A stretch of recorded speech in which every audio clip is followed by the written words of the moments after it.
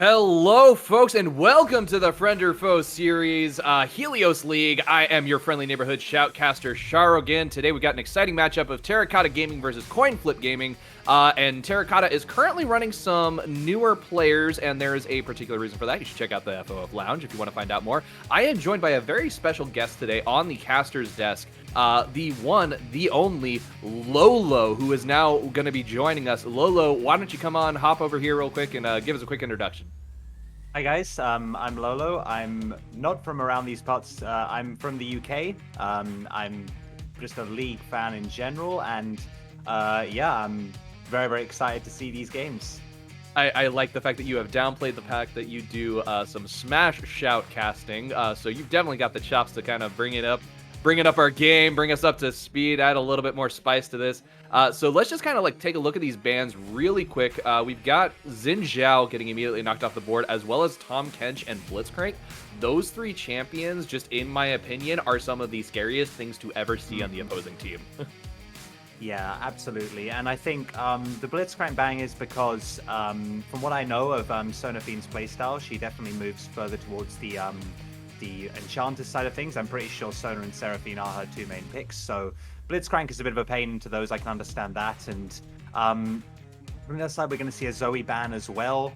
I believe this may be directed at Tien. I'm not too sure of his champ pool, but if he's comfortable on that pick, then that's a very annoying pick to play into too. So understandable from CFG here. Yeah, CFG just kind of getting rid of those. Hopping over, we see that Volibear is like the first pickup, most likely. That's going to be Jungler for Oriri. So what do you think we're going to be seeing countering by that from Coin Flip? I mean, Volibear is very strong early. It depends how CFG want to play this, whether they want to be a little bit more scaling with their comp, or whether they want to just try to like fight early as much as possible. I'm not too sure what their style is as a team, of course, but like personally, I think with Xin off the table, Diana's still a good pick. Instead, we're going to see an Azir. We're going to see an immediate first pick on the mid, which is quite bold because that leaves a lot of space for Tien to counter. But yeah, very strong from here. Fake Archer must be very comfortable with the pick. Especially picking an Azir, who is fairly easily counterpicked, just because he can be poked out decently. He's got good range, but if you're not able to like move around with his soldiers and whatnot, then it's a fairly mechanically intensive champ. Yeah, absolutely. If Fake Arch is confident on the pick, then it provides a huge amount of value. The Emperor's Divide is a massive engage. Oh, we're seeing a Scion picked up for, I assume this is going into the top side for Polvolta here. Again, it is very counterable, but that explains the Vayne ban. They definitely didn't want to be seeing that in the top side to deal with the Scion, but yeah, I mean, they've got already a lot of engage in fights, so that's hopefully going to be playing well for them as we move into the mid game, or potentially even if this starts to become fairly violent early. Right, and with that, we do see the Thresh pick up as well. Fairly slow, like kind of like sussing each other out. They're each taking their time with these bans. They definitely seem like they're kind of trying to anticipate what the other person's going to do and take their time with it.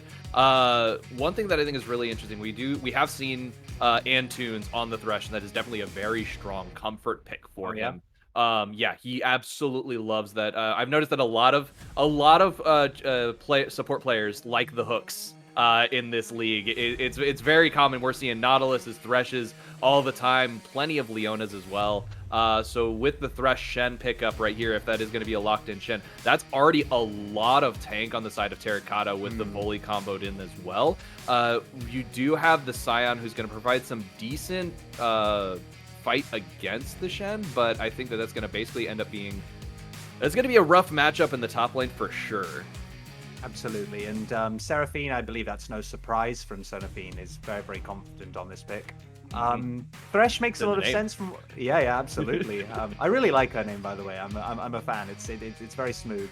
Antunes, I believe, is debuting in this, so it's nice that he's got a nice comfort pick to play this lane out. And I think, I mean, ideally they'd as you say, they have a lot of global pressure now from the Shen, so that's very nice. If long as you don't have to worry too much about the Scion permanently split pushing, but if they can get a really good engage off, then they've got a lot of engage, as you say, a lot of front line. So this definitely bodes well for TG.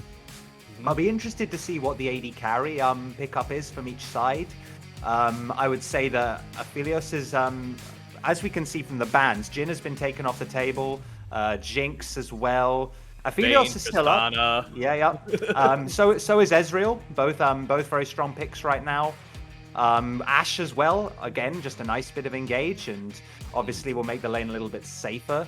I personally, I don't know whether Iron Tower is too comfortable on Helios, but that would definitely be my choice here. He's got so much front line to just be free hitting from the back and doing so much damage. So that would be my pickup here. But again, it just depends. And okay, we've got an Amumu from Maxaroni.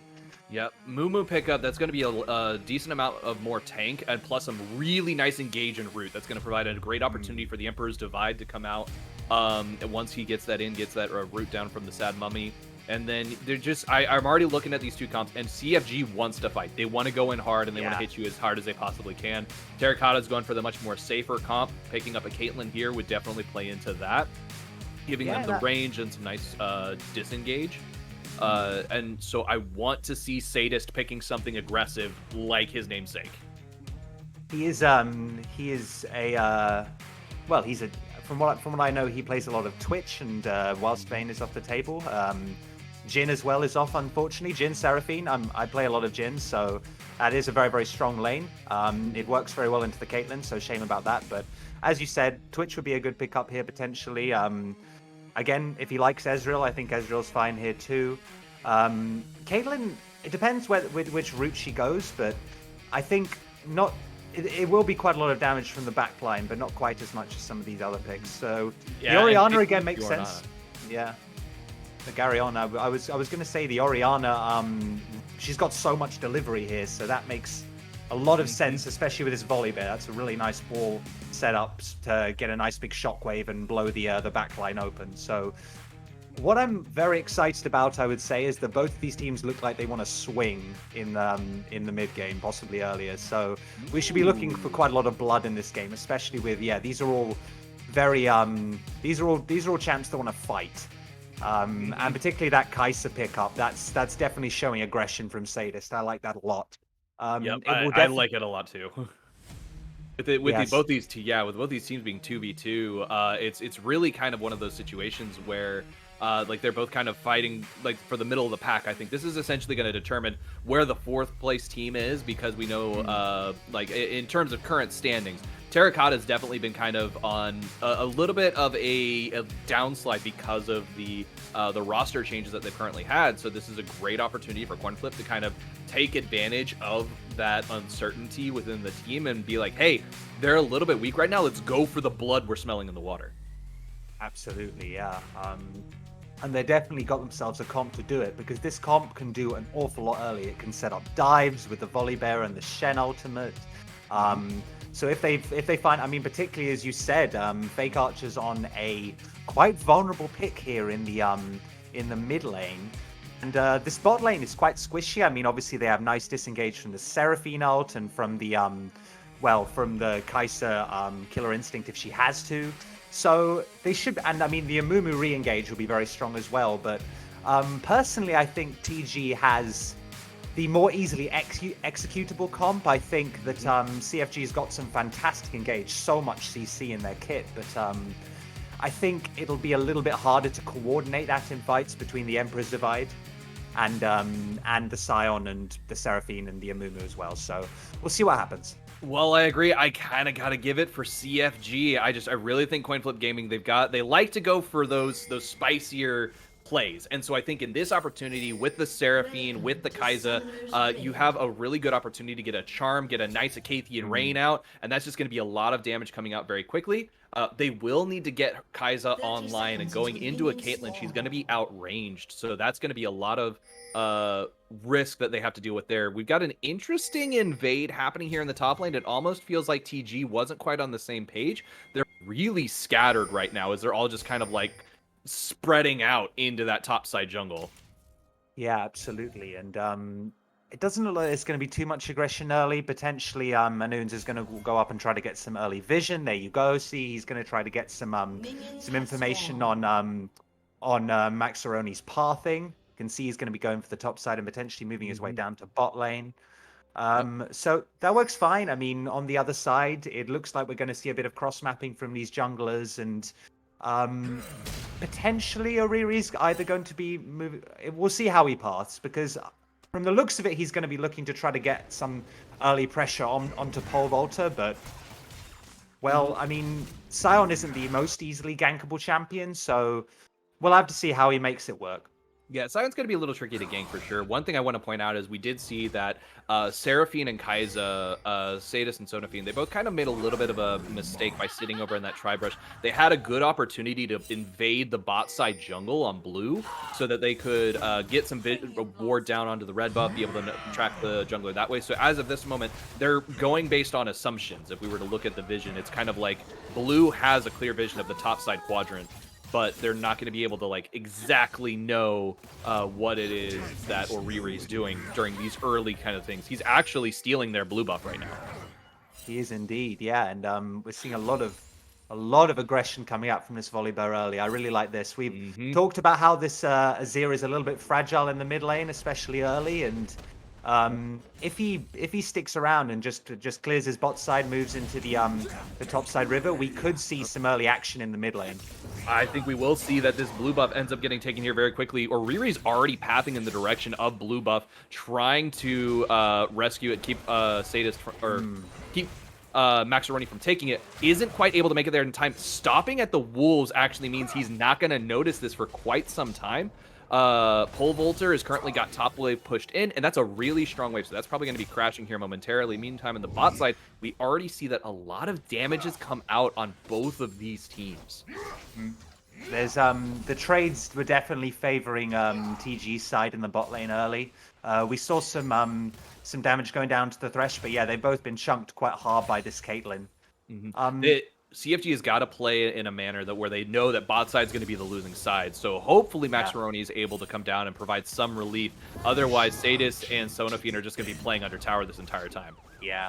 Ooh, I mean, we're already getting a nice fight. A smite coming out by Oriri, but that is going to be the Scuttle Crab going over to blue side. However, lots of damage coming out on Oriri. He's going to go down, trying to flash out. Isn't quite able to make it. Maxaroni gets the flash off. He's able to escape. In the meantime, we've got Sion there, shaking on Shielded Valor, getting a lot of damage off, flashing over the wall.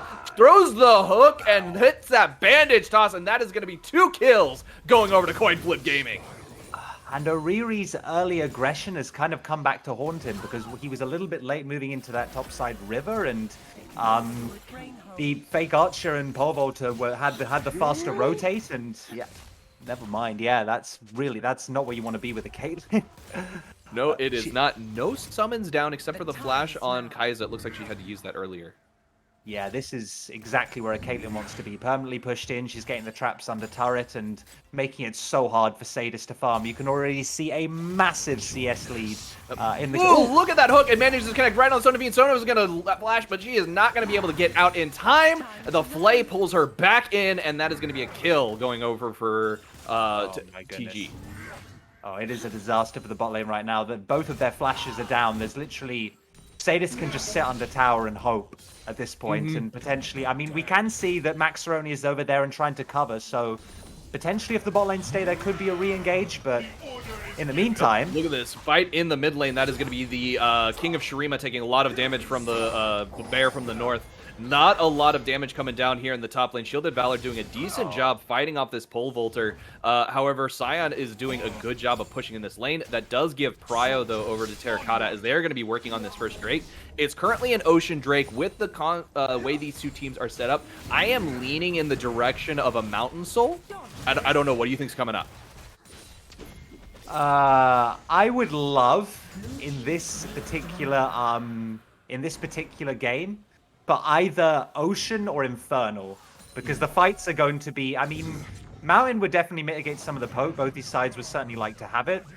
There's a lot of tank in the game, of course, but I think that the Ocean... Ooh, look at that. Nice dive in by Fake Archer, getting a lot of damage. Tien flashing out to get away, but it's not going to matter as the bandage toss comes down. Maxaroni getting a lot of damage off, but isn't quite able to finish it off as Tien escaping with just a pixel of health. Well, they got his flash, and he's going to be forced to back, but he's got TP, so he's looking all right there. But that does give Fake Archer the priority in the lane. He's going to be able to push that in. He's got his TP as well. Okay, an instant TP back to lane. So For him, this definitely works in his favor. He's going to get the push and the back. After that initial aggression that we predicted from a Riri, he's actually winning out he's doing very well in this mid lane so far. Yep. Really good wave control from Iron Tower and Antunes right now. They've got this wave basically frozen right underneath their turret, and so that's going to force Sonafine and Kai'Sa to just basically push up to them, which is going to be an opportunity that Thresh wants because he's still got Flash Ignite up. Caitlyn's got Flash Heal, so they are looking for that engage, and they're just going to be waiting for that death sentence to come out, and it'll be game over for whoever gets caught. And look at this, the CS lead is just growing in the bot lane. This is really, really dangerous for CFG right now. They're not having a good time at all. They get a push on the turret, but... Yeah, hopefully they'll be able to get a push. Look at that nice bandage toss coming out, catching the Shen. Auto attacks getting blocked by the Spirit Veil, though. That is the second bandage toss. This is the Amumu buff, and that's what makes him so dangerous right now. We've got Pole Vaulter. He's realizing he pushed too far. He flashes out, surviving. If he had taken that next tower shot, that would have been really, really bad. He should have stayed under turret to try and get the kill unshielded. Luckily, he was able to get there. Nice root coming out from the bot lane, but the Death Sentence comes out, and that's going to be a play from Antunes. The passive procs, and it does get him really low, but it's not going to be a kill. The Ignite is out, but he's going to survive as he goes away with just a little bit of a sunburn. You know, if I was Pole Vaulter in that play up top side, I think he almost might have been better off. It wasn't guaranteed, but trying to get the kill with the Scion passive and keeping his flash, because he had TP advantage. The Shen already burnt his TP. He loses an entire wave. The Scion TP's back to lane and just gives himself so much prio and just builds himself a CS lead. So he chose the safe option there, but he might have been better off just sacking it and going for the all-in just to maintain prio in the lane. At the very least, he probably could have gotten a plater, a little bit of finished off that plate and gotten some extra gold there for that back. In the meantime, this mid lane, we do see that Orianna's pulled ahead a little bit in CS, so the Azir Fake Archer not quite able to pull up, but he does have that assist, which kind of evens it out. So pretty even mid lane right now. With the next Drake coming up here in another 2 minutes, sorry. We've got the Cloud Drake coming up, so it's going to be movement speed for the extra team. I really think that CFG has got to try and play for that because they've got a team that would greatly benefit from those extra roams. Yeah, absolutely. And I mean, all of the gold is stacked onto the top side right now, so that doesn't make it... It makes it a little bit more difficult, I think, just because they've got to give as much time as possible to trying to get their bot lane back into the game. As we say this, is Pole Vaulter going to go for this? No. He's okay. Yeah, he's just going to basically force Shen off the wave, starve him from that XP, starve him from as much gold as possible. He's got a great shove. Nice Death Sentence coming out from Antunes. Manages to get the hook. Does get Sonafine very low. Sona's going to go, or Seraphine's going to go down. Antunes, however, taking a lot of damage from this. The ult comes out, Stand United as well. Antunes is going to survive. We do see the trap drop, but it's not quite able to make it. Sadis is going to hit the blast cone, go over the wall. He's going to get caught by the hook, though. We do see the last second Thresh pull. That is going to be a nice kill going over him. Antunes going down, however. Volibear is going in on this. We have the Emperor's Divide forcing a Riri back. We have Maxaroni, however, getting caught out. He's going to have to flash over the wall, but it's not going to matter. The ace in the hole takes him out. Fake Archer now trying to find some safety, trying to get away from the Volibear, gets stunned. That is a huge amount of damage. The flash comes out, and he's going to survive. That fight just did not go for coin flip gaming, and that was a very coin flippy fight, to say the least. Antunes is and in the top right lane, now. this fight is still going too. Look at that. Pole Vaulter getting really low, getting a decent amount of damage onto Shielded Valor, though. Shielded is just looking to continue this. He knows that he's got a lot of advantage. The flash comes out, dodging the ultimate preemptively. Pole Vaulter tries to stop it, isn't quite able to make it. We do see Shielded Valor getting really low, but it's not going to matter as his heal procs, and he's able to get away. I'm not sure what happened there in that topside fight. We saw a flash in one direction and ult in the other direction, but ultimately Shielded Valor picked it up, and that's very, very nice for him. That's going to give... The Scion still has TP, so it's a nice way just to get himself back after he's been bullied so much so far in this lane. We saw Riri there trying to look for that engage. So Shielded Valor is a veteran of friend or foe. He's played against a lot of these teams before. CFG being one of the newcomers is probably just a little underprepared for him, just as kind of a general rule, unfortunately. But, ooh, nice engage by Pole Vaulter coming in from the backside. Tries to get onto Iron Tower. He doesn't have the ultimate because he's already burned it in the top side against Shielded Valor. They are going to be pressuring this Drake, though, getting some nice engage The TP was burned in order to get Pole Vaulter down there, though. However, they're basically just going to kind of walk on by and then just ignore it. I guess because of the fact that Amumu's on the top side, just taking the Rift Herald. They figured the Drake's not worth it. Yeah, they're going to handshake it here. Now we'll see what the Soul is.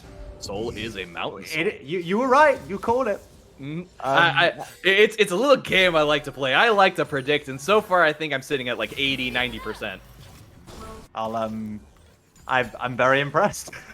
I'll give you a hint. It's the team comps. They actually dictate the RNG. It's not as random as you think. I'm gonna have to get you at some point, Sharigan, to talk me through that, because that sounds like some hidden tech right there. In the meantime, Pole Vaulter's managed to make his way back up to the top side, and I don't know if he wants this really. Shielded Valor is just. He's a little tanky right now. He's a little bit strong. I feel like Cyan was able to do decently before Shielded Valor picked up that Kindle Gem and the shield. That Aegis is just going to protect him pretty handily against a lot of what Pole Vaulter is going to throw out. However, we see the knock-up come out. We should be seeing a bandage toss here. Right there. There it goes. Knocks him down. Gets a nice bit of damage. That is going to be them going under turret. Poor old Maxaroni taking a lot of damage. The Rift Herald's going to come out. This is really, really good. So that means that they're going to be getting a lot of damage onto this turret. We have the Spirit Veil coming out. Maxaroni trying to get away. The ult from Oriri doesn't quite connect and fails to go over the wall. Slightly misaligned, but that means there's going to be the kill as they take down Shielded Valor and manage to get out with a couple of extra plates. That's heartbreaking. Sonofine is so low. Ace in the hole is up. It is up. If Iron Tower can get one more, there we go. Yep, there we go. Yeah. Not quite able to connect. We do see Sadis basically sacrificing most of their health bar for it, though. If he could, I think he was a bit worried about the turret aggro, because if he had enough mana to try to go for a Piltover Peacemaker, the Q, onto Sadis, and that makes it a bit scary, because he'd be chunked quite low by that ult as well, and they could look for a potential dive. So, yeah, it still works out in TG's favor. I mean, look at this. This CS lead is now 50. It's a really, really hard time for Sadist and Sonofine right now. They have been bullied constantly by this Caitlyn Thresh. Yep. But however, in the top side, top lane handily going over for CFG, as is, I would honestly say Jungle's ahead for coin flip as well. Yeah, I mean, the Amumu's been doing work for sure, and because he's building tank, I mean, we've got 2 tanks up in this top side versus a Volibear that's working his way probably towards a Divine Sunderer. Well, no, it's definitely a Divine Sunderer, actually, sorry. It's a little bit tricky for them to get these dives under tower and can confirm the kill, because neither of them are doing a massive amount of damage. But even so, yep, they're both looking very nice right now. And yep, nice bit of dive as we see Shielded Valor going in, trying to get some damage off. In the meantime, we have a fight down here in the bot lane. Yeah, I don't think Shielded Valor wins that anymore. But as you said, Antunes is deep. He's fearless. I'm actually really enjoying the Thresh play from him right now. He seems super, super confident on it. And for a debut performance, he's really making things happen for TG. Antunes is, again, another friend or foe veteran. So he's actually been playing in this league for quite some time. Very good Thresh player, like I said. Very comfortable on it. And he's a terror whenever he's able to get it. I have been liking Iron Tower's placements of these Caitlyn traps. He has done a very good job of aligning them in a way to completely cut off the route. Most of the time you see a Caitlyn place a trap just slightly off, so there's actually a little bit of walking space. Nothing. There has been nothing from him. No, absolutely. He has made life so, so difficult for... Great Spirit Veil, good canceling of the knock-up on Pole Vaulter. Shielded Valor staying calm and cool under pressure. I really appreciate how hype you're making an absolute wet noodle fight, Sherigan, because this is just 2 guys just like neither of them are taking any damage. They really aren't, but it's kind of one of those things where when someone makes a mistake, something's gonna happen. We get a taunt. Yep, get a nice taunt, just again as the wet nose go. Yeah, especially with Shen. Good hook onto Sonofine. Sonofine getting really, really low right now. Kaiser trying to come in and save it, not quite able to do it. Sonofine's going to go down. However, there's a lot of damage coming out. We do have the Amumu joining this as well, but Oriri is ready to join the fight. Oriri does have ultimate up, so the Stormcaller is available, and that means he's going to probably be jumping on this turret if they want to threaten this dive. That is a really scary position for CFG. And we haven't talked about this mid lane much, but Tien has quietly built himself a little CS lead. He's already sitting on his Leandries, so he's definitely winning out in these trades at the moment versus Fake Archer, who's only sitting on a lost chapter and boots. So Fake Archer's scaling. He's not in too uncomfortable position, but he can't really walk up against the Ori right now. Can't walk up against the Ori. Terracotta has got a great control of this Dragon Pit. Missed Bandage Top from Maxaroni, trying to find that TN. Isn't quite able to do it. We do have a Shockwave coming out. Look at that. Lots of pings coming out as they know that this fight's about to break out. Maxaroni going down. That was a very well done play by Terracotta. It means that this Dragon fight is going to be very heavily in their favor because they have the smite advantage. And that basically means that Coin Flip has to just give this up. Yeah, and I always find this a little bit risky from the jungler wanting to try to make a play like this just as the dragon's spawning, because this is just handed over for free and a free soul point for TG because Maxaroni made that play and overstepped. And they're letting Pole Vaulter know that, yeah, the dragon's going down. You are in a risky position. However, he's going to be perfectly fine as the rest of Terracotta moves up to this mid lane in order to try and pressure this turret. Antunes throwing out the hook. He throws it out for the Azir when it looked like he was looking at Sonafin. Doesn't actually manage to get away, and that is going to be a dead Fake Archer as the King of Shurima goes down. This Thresh is so fearless. I love it. He's just walking up to the tower and play into their heads. Again, we've got a Wet Noodle fight in the bot lane. Wet Noodle fight, but we have an extra water gun hitting Sion in the face from the tower. Yeah, you know, like a little water pistol, just because those things do no damage. Not onto a Sion who's got his Iceborne Gauntlet already upgraded. Valor's going to try to fight him, and in the meantime, I mean, he's kind of happy because his lanes are winning. At that. He just has the Volibear ultimate goes a little wide, so they don't actually freeze the turret, and that means that we're going to see Sadis go down, but the turret is actually doing a lot of damage to Oriri. That's going to allow Azir to pick up the shutdown gold, and in the meantime, in the bot lane, this Wet Noodle fight has gotten pretty spicy as Pole Vaulter has actually managed to get shielded Valor pretty low. He's now tanking a couple of tower shots, but that does mean he should be able to threaten this tower. He could threaten a dive because he's got the Sion passive, probably just going to let this go, and that's going to be a Rift Herald going over. You were talking about risky plays from a jungler before. That's going to be a Rift Herald for free. Absolutely, yeah. And Oriri, his Stormbringer placements have been just a little bit off this game. That one wasn't quite as egregious, but it didn't hit the tower, and therefore it put him in place for a TP from Fake Archer. That's really nice for the Azir. Look at that nice smite coming down to secure that Rift Herald. Staying very calm. Ooh. Does manage to pick up the actual Rift Herald. We have Maxaroni turning around after getting ignited. We do see the Thresh Lantern come out and pull over our Orianna. Orianna's now joining this fight. Oh. Nice Shockwave placement if available, but it's not going to matter as the command attack comes out. Lots of damage, and look at this. Caitlyn is just shredding the Sion.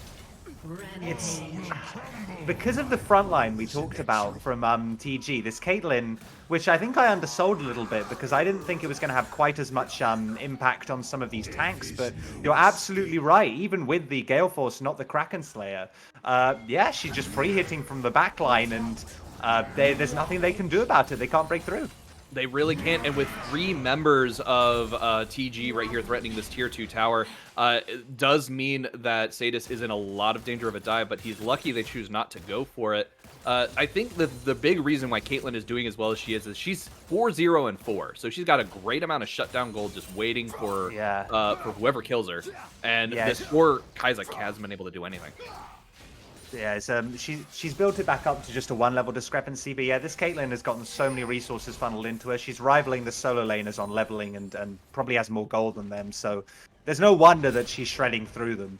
They're going to have to do something about that, but I honestly don't know beyond a fantastic engage from the Amumu or an Emperor's Divide possibly, or even an Encore, just to get onto her so they can stop the damage and stop some of this bleeding in the fights. They're going to have to get Pole Vaulter in the side lanes. He's doing a great job of keeping Shielded Valor away from the rest of these fights, so he's having to burn all of his resources just to get there. The Stand United is currently down, so they can basically threaten this side lane fight, and they know that it's just going to be a Wet Noodle slap fight back and forth. And then in the meantime, you have the rest of TG just kind of starting to make a play around this mid lane, it looks like, as they're walking down towards bot. I mean, Pole Vaulter is definitely getting the better of these trades now that he's got the Tiamat. He's got Sion stacks quite a lot of AD. We know that lethality is a thing. Obviously, Pole Vaulter isn't going for that here, but he definitely is winning out. However, it's just not going to result in anything unless some of the team group up, which they are doing now on the bot side. And they are grouping that Thresh Hook, threatening a fight, but he chooses not to go in. Good idea, considering there's 4 members. With the Seraphine hiding on the side. That is going to be them going for this blue buff, trying to burst it down as quickly as possible. Orianna doesn't actually manage to pick it up. almost did, though. That's fine. They're just going to reset and try to set up vision for the dragon that's spawning in 40 seconds. That is the soul going over to TG if they manage to secure it. And that's going to mean that before this Kai'Sa was non-existent, then she's really, really non-existent until she manages to get Shockwave coming out, getting a lot of damage onto Fake Archer. Yeah, that's... We talked about that Liandry's as well is doing work. Fake Archer is... Well, he's gonna try to sit there under his passive tower, so he's fairly safe. He's got the team with him. Oh, you better. Oh, Soda Fiend, you stepped a little bit too far to the left. I was just about to say she needed to block that. This Caitlyn is sitting on 2 items. That kills. Oh, that hurts. That hurts my soul because you saw them like, oh, I'm gonna block this. I'm fine. I'm close enough, and then it just slips right through the edge. Antunes getting a hook is basically like, yeah, we already took out a lot of your damage source with the Azir. The root coming out from Maxaroni, the charm coming out from Sonafine. A lot of damage coming out from CG, but it's just not doing anything against these health bars that TG have built up. TG is just doing so much work. They're just so tanky that there is nothing on the side of Coinflip Gaming that they can do to actually hurt these guys. I mean, at this stage, they had a fantastic engage as well. We have the Amumu coming in with the curse. We had the Encore on the backline as well. They got all the CC off they wanted, but where was the damage? There's no damage against all these tanks, and yeah, TG just slapped them with their wallets by the end of that and clean up the fight. And now they're gonna secure themselves a dragon's a mountain soul, excuse me, and they can potentially. They didn't elect to rotate to Baron, but at the state of the game right now, they can probably go for both. They very well probably could. We do see that Fake Archer's already kind of positioned himself over by Raptors. Losing him before that fight even began is just so devastating because that is a huge amount of Coinflip's damage profile right now. Because you've got a Seraphine who, yes, she can do damage, she can do work, but when you have her build a Moonstone Renewer instead of a damaging support item, you're not going to be able to get her into those fights in that same kind of manner. You need her to provide the heals rather than the actual damage. Oh my god. That's so much damage coming out from TN. There's just nothing that this team can do. Coinflip is just getting slapped in the face with how rich Terracotta is right now. One of the main differences is because this Orianna is so accelerated, the tanks have all stacked armor. There's a couple of Merc treads in there, but aside from that, it is literally all armor. Maybe the Shen's got a little bit of, he's got a Negatron cloak or something up there, but aside from that, you saw the Amumu get chunked down as well by that shockwave combo. They can't walk up, and on the flip side, as you said, the damage profile for CFG is well. There is some from the Amumu, but he's tank. He doesn't do any damage. It's all on this Azir, and if the Azir is taken out of the fight, then this extremely like armor stacked Shen and even the Thresh, like they're not dying to anything. And so yeah, after that, I mean, TN shouldn't have been able to walk up against 2 members under tower, but he's so far ahead that he doesn't care, and that means that the top side's broken down, right? They take the Baron for free. Yeah. Baron is completely free. There's just nowhere for Terracotta to actually engage. Good Lantern Hook coming out from Thresh. Nice use of the Blast Cone as they're trying to chase down Maxaroni. Good disengage by Pole Vaulter, but that is going to be the Lightning coming down and the Stormbringer coming out from Oriri. That is just this Terracotta coming in and smashing pots over the top of Coinflip's head. It's a beautiful Encore as well. I shed a tear for Sonafine. Oh, look at the flash! Orianna Shockwave! So much damage coming out right there! I thought the fight was over, but it's not! We see Fake Archer taking the ace in the hole this time because if anyone over there blocked for him, they were dead. There is just nothing Coinflip Gaming can do. They do not have the health bars to survive these fights! TN is... They're not respecting TN right now. They're walking up into this Orianna and just getting blown up every single time. I'm curious for the damage graph at the end of the game. Who's going to be higher? It's probably going to be Iron Tower, but TN's definitely making a case for himself with some of these shockwaves. Oh, it's absolutely gonna. I'm calling it up for TN. TN's gonna be the one who did most of the damage just because it's just absolutely ridiculous. This Baron push is so good for Terracotta. They're gonna pick up an inhibitor and probably a second inhibitor turret, and probably another kill as they manage to get a hook onto Maxaroni. The root comes out, but it's not gonna matter. TN takes him down. Pole Vaulter's over here off to the side trying to clear this minion wave. He's not helping his team at the moment. Coming over just a little bit too late. He is the only tank they have available. Antunes getting a hook under tower, but the tower's gonna go down, so damage isn't going to matter. and the Shockwave coming out again. A lot of damage is across this map. There is nothing Coinflip can do. That is going to be the game, as this Baron push is going to go for Terracotta into the Nexus. And when you see teams trying to fight front to back, as CFG were doing they were making a very valiant effort at the end to try to fight that front to back, but the Orianna just walked past the front line and blew up the back line herself. That shouldn't happen, but in this game, that's all she wrote, I think.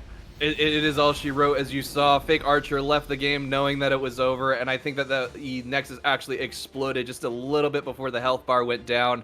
CFG ceding that final few seconds. Unfortunately, they were not able to stand up to the Terracotta soldiers, and they just, it was a valiant effort, but not quite enough.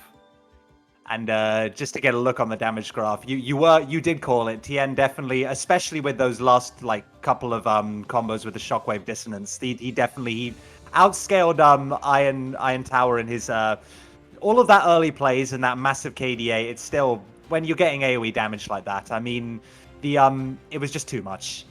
And so much, so much coming out, so much damage. You hate to see it. Just come out in the way that it did. However, that was a very good performance by Terracotta Gaming. They have shown that while they may have replaced 2 members, it's not going to matter because they've replaced them with some very good players. Oh, yeah. I mean, and we should talk a little bit about Antunes quickly, just because whilst he obviously was, just quietly what worked around the map, his ADC was so far ahead he could basically do what he liked. He had a lot of huge engages there, and it was just really, really good to watch, especially in those early skirmishes to just set up for the team. So credit to him, and yeah, it was a huge play from the TG bot lane. That definitely is what snowballed the game to begin with. Absolutely, that Antunes Thresh is an absolute terror and so scary to deal with. And with that, we're going to go ahead and take a quick break. We'll be right back. Stick around. We'll have an interview here for you all shortly. And then we'll be having a second game coming up here in just a little bit, as Pentakill Timo Please is going to go against RLS.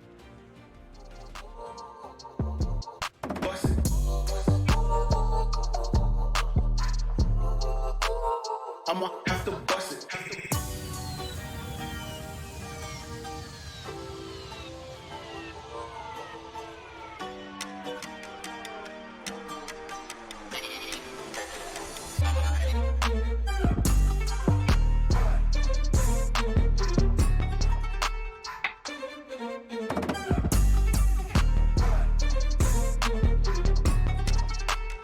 I'ma have to bust it.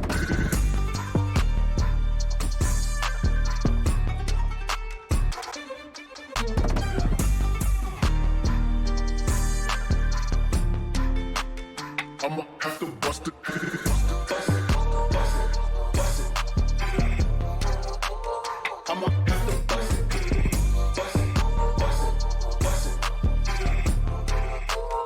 I'ma have to bust it.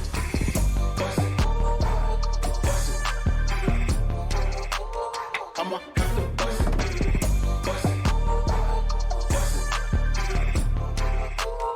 I'ma have to bust it.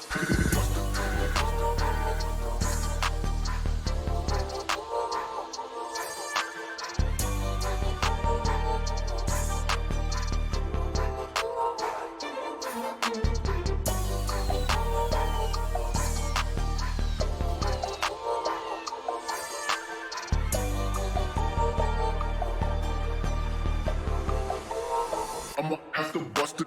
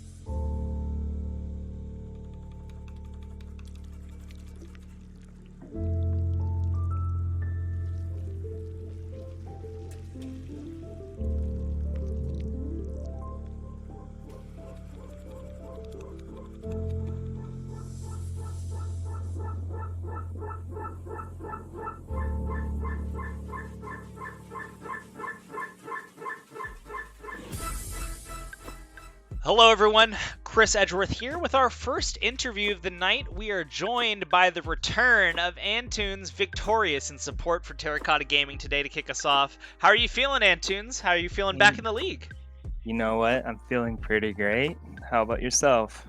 I'm feeling great now that I'm seeing you back in the league popping off like this. It's good to see some more familiar faces make their way back in.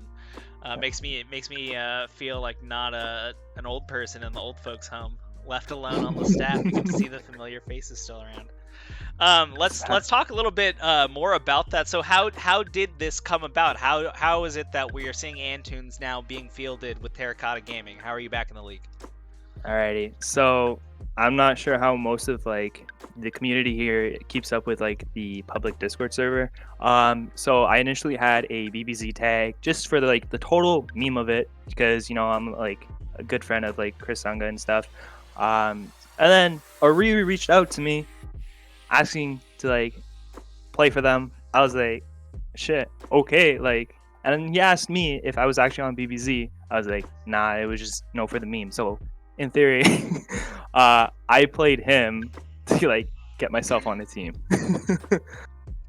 Nice. You just you had a little scam train action to get back in the league. Yeah. We respect it. You got to beg, borrow, and steal sometimes. Right on, man. Yeah, Well, let's talk about now you're back in the league, and you come in and make an absolute splash in your first game. It's a pop-off performance, I think, all the way around on this. Even give some to Shielded Valor in the tank fight up top, the wet noodle fight. That was actually kind of fun to watch. It was wild up there. You probably didn't get to see much of it, but there's some wild stuff going on up there. But talk to me about this draft. Talk to me about this game. All right, so start off with like draft and stuff. We just wanted to go with like somewhat like comfort picks and like what we can do. We drafted overall like a pretty good comp for like first time all like playing together and stuff as five. We went like into this game with like good mental state and stuff. Straight off the bat, just like we had a game plan where we were just gonna like farm and then kind of like prioritize towards bot lane to get bot side ahead because Shen versus Sion just gonna be a tank fight. Whoever's like the biggest dude up there is just gonna win. We played around like vision like very well. We controlled all the objectives around like around the whole game. Secured all four dragons. Probably let like Reptile like slide once or twice. Yeah, it's pretty much it. We just kicked ass. Kicked ass, take names. And it's something to point out is that you folks were sort of fielding a new roster in air quotes. And you still you folks did go out and try and pull off get that level 1 invade, get that vision and stuff like that's that's coordinated play. It's good to see that the team's coming together and gelling in that regard. Having the mindset to do that stuff from an early yeah, as much probably like people who actually do watch me play, it is a go-to idea of mine where I like to invade level 1. I've been doing that for like the past 4 seasons of FFF. Just a purveyor of that delicious Gouda, that cheese. Yeah. Just wait till I play Alistar. Oh boy. Get ready for the cowbells, folks. We're gonna be hearing that, I'm sure, a lot. Now, this was a pop-off performance. There's many things that we could point to where it was like, damn, they got hella kills. That was crazy. But yeah. I think that this was a great showing for you folks coming together, commanding the lead, and not fumbling with it and carrying it across. So moving forward from that, let's talk about now you're part of this team. What are you feeling about the strengths of your team and where you folks can go, having had an opportunity to look at the league as it's been going as you step in?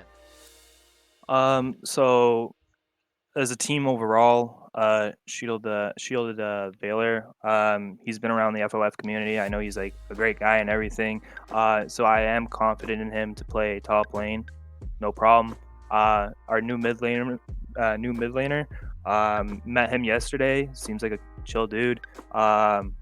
Seems he plays like with confidence and stuff. Having Oriri moved from support to jungle is a like massive change.